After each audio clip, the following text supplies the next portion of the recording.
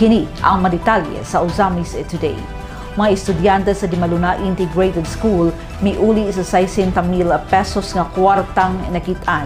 Ang good news sa report ni Bernal Texon.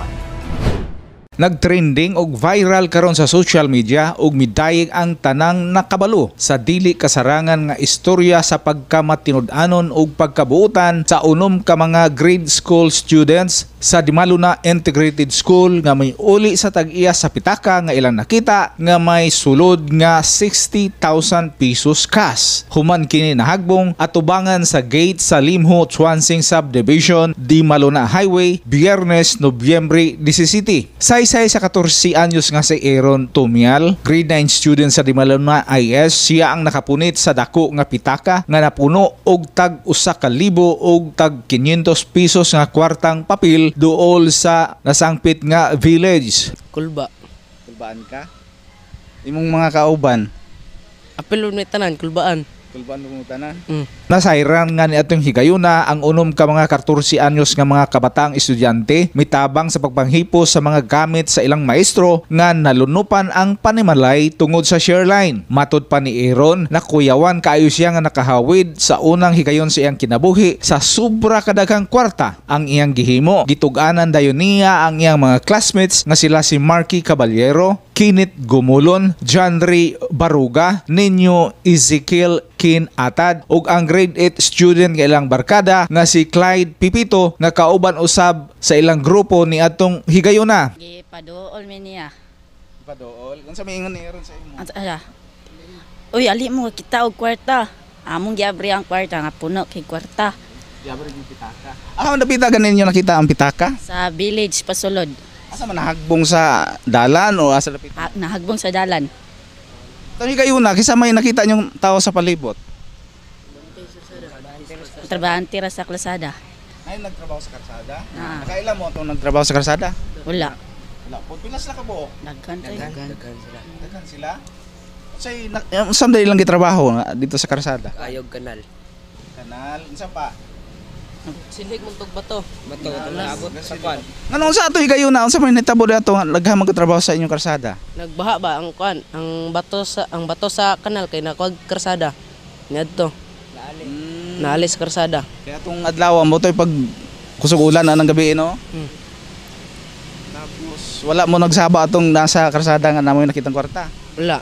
Unang plano sa mga bata mo para kung adunay molabay nga patrol car sa mga pulis aron i-turn over nila ang nasangpit nga pitaka. Nakahukom ang unom ka magbarkada nga tug-anan na lamang nila ang ilang class advisor nga si Mr. Hub Kabilis. Pero wala dayon usab dayon kini motuo og naghuna-huna pa nga nagbinuang lamang ang iyang mga estudyante. Nakuratan na lamang ang maestro pagkasayod sa kadako sa kwarta ug giingnan niya ang mga bata nga siya na lang ang motago niini ug muhatag kung adunay mangita. Nako Sir Job. Naman siya ka-istorya ato, amo siyang gipaduol ako Sir Job. Alisa kay nasa may istorya nimo. Tas ako na lang gihong ako Sir Job kakita may pitaka dako kayong kwan, dako kayong sulod. Tas istorya na pud siya sa moa.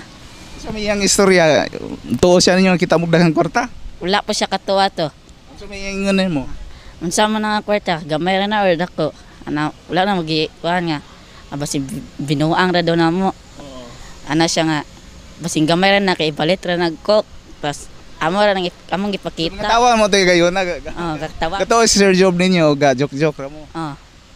Tas among gipakita ang kwarta among giabrihan tas natingala siya nga nung dako kayong kwarta nga among nakitaan. Pipila ka gutlo ang milabay miabot ang tag-iya sa wallet nga wa usab mabutyag ang pangalan. Matod pas mga bata nang luspad kini ug nangurog nga nangutana kung nakakita ba ang mga bata og pitaka ug gitudlo ra usab dayon sa mga bata ang ilang maestro nga si Mr. Kabilis. Tapos unsa may advice Sir Job sa inyo? Ambi ang kwarta og naay mangitaan ni kay ako ra giuli. Tas namin nakakita na magipungutan nami tas ana siya dong kakita mo kwarta kay anak pud mi nga o call kakita mi kwarta among gihatag ni Sir Job tas gihatag ra pud ni Sir Job sa iya. Unsa may istorya sa tawo nga kuan ngita og nangutanan ninyo og nakakita pa mo kwarta?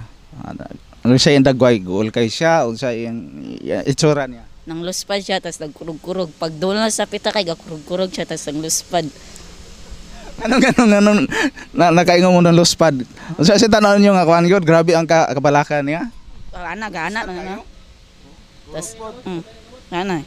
Pag doon na sa kwarta, Gipahayag sa class advisor ug band instructor sa unom ka mga batang estudyante nga nagbunga ra gayud ang pagpaningkamot nga ma-instill gayud sa galamhan sa mga bata sukad sa unang adlaw nila sa pagtuon ang pagkamatinud-anon og dili mamakak ug iuli sa tag-iya ang unsa man nga makitang butang ngadto sa tag-iya nga nawalaan. Actually sir, dili ka ni dakong garbo nako kung dili sa tanan pod nga mga teachers sa Dimaluna, especially sa elementary teachers nga mo'y ga matuto nila gikan sa gagmay pa sila unsa gyud maayong mga values nga isunod, especially kanang mag-uli og dili ato ang butang, especially kung kwarta. So mo na sir, dako kay ko kalipay kaysa walay pagduha-duha ako silang gingnan uyon gid sila nga iuli. Mo to sir. Gishare usab ni Sir Hob nga aron matudluan sa pagkamatinud-anon ang mga estudyante sa Dimaluna Integrated School, aduna sila giput up nga honesty store nga adunay baligya nga mga school supplies. Diin ang mga estudyante nga mopalit, maorosab ang mobayad ug mosukli sa ilang kaugalingon. Ang act of kindness nga nasilsil sa alimatakan o kasing-kasing sa unom ka mga batang estudyante nga ilang nakatunan, gikan pa sa ilang mga ginikanan, lakip na ang ilang nakatunan sa mga magtutudlo sa Dimaluna Integrated School, pinaagi sa naput-up nga honesty store, dako o gikatabang para maugbad ang pagkamatinud-anon sa kabataang estudyante. Ang pagkabuutan o pagkamatinud-anon sa unom ka mga bata ang natistingan ni adtong higayuna, dihang ilang napunitan ang pitaka nga may sulod nga 60,000 pesos. Matud pa ni Sir Hob, si Aaron mismo ni adtong higayuna ang nanginahanglan og dakong salapi aron siya makapalit og bass drum nga gikinahanglan niini isip nga miyembro sa ilang school band. Pero ang tentasyon wala gayud mosulod sa hunahuna ni Aaron nga siya magpakahilom na lamang og dili iuli sa tag-iyang nawalaan ang kwarta nga dili iyaha. Tugan sa mga bata nga first time nila nga nakakita og ingon kadako ni adto nga cash apan wala gayud misulod sa ilang hunahuna nga taguan kini. Hunahuna nila nga luoy kaayo ang tag-iya nga nawadan niining nasangpit nga salapi. Ang una-una na mo iuli na mo. Kay di man mo looy po kayong tag-iya. Unsa inyohang message sa mga kabataan naglantaw ron kung ugaling labi na to mga dagko pod. Kuan kung makakita og kwarta nga dili ila, labi na dako kay kwarta magamay magmadako unsay angayan gud buhaton. Iuli. ang magkakita sila kwarta iuli sa tao nga kailangan og kwarta. Para dili pud sila magkatapal sa tao nga kailangan tala nga nawalaan sila kwarta, kahit nilag tamba, dapat na kami nakakita, dapat iuli po ninyo. Proud usab kayo si Dimaluna Integrated School Principal Miss Maida Garnada sa value sa pagkamatinud-anon nga natudlo sa mga kabataan gikan pa sa unang tuig sa ilang pag-eskwela ug nga nadala nila hangtod sa pagkakaron. Isip school head diri sa Dimaluna Integrated School, nalipay, happy kaayo og proud para sa mga bata sa ilang deeds nga gibuhat, no, nga bisan patuod sa kadako sa kwarta nga ilang nakitaan, ilag yung naa sila willingness ilang sa kuan nga iuli gyud ni. So mao to nga miadto gyud sila sa ilang sir kay murag naa sila ka hadlok ba. Nagkurog pud nga ito sila sa ilang nakita. So niadto dayon sila sa ilang sir nga ilang masumbungan sa ilang murag angay buhato nila. Proud jud kaayo, happy kaayo. Then kabalo ko kani nga deeds nilang gibuhat, dili lang sa pagkakaroon nga grade 9 na may grade 8 pud na apil ini nga bata, pero kani ga sugod yun ni sa kinder pa sila kung asa pa sila nag-eskwela. Sa kinder, tama ni abot sila kani nga level sa ilang pag-eskwela. Kung asa man sila pod nga transferi ba sila, ang importante nga natudluan sila sa eskwelahan sa values nga being honest, ana jud.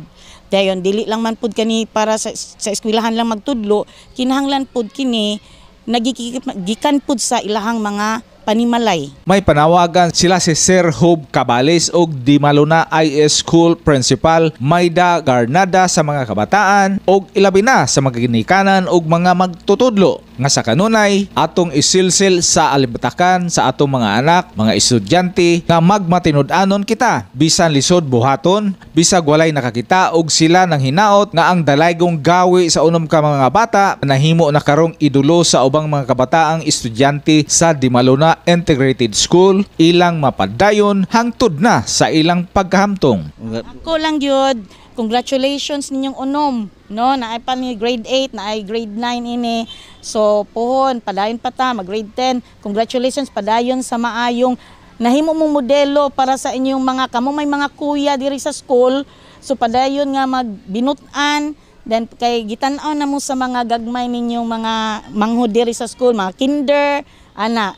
So, congratulations, salamat kaayo. Congratulations sa atong buutan nga mga kabataan ug sa mga parents and teachers sa Dimaluna Integrated School nga nagtudlo kanila gikan pa sa ilang pagkabata nga pinaagi sa inyong guidance mitubo nga matinud-anon kini nga mga estudyante. Proud usab kaayo mi kaninyo. You are making a very good name for Osamis City. Alang sa Osamis Today. Ako si Bernal Dixon. Salamat Bernal ug salamat kaayo sa atong mga anas nga estudyante sa Dimaluna IS.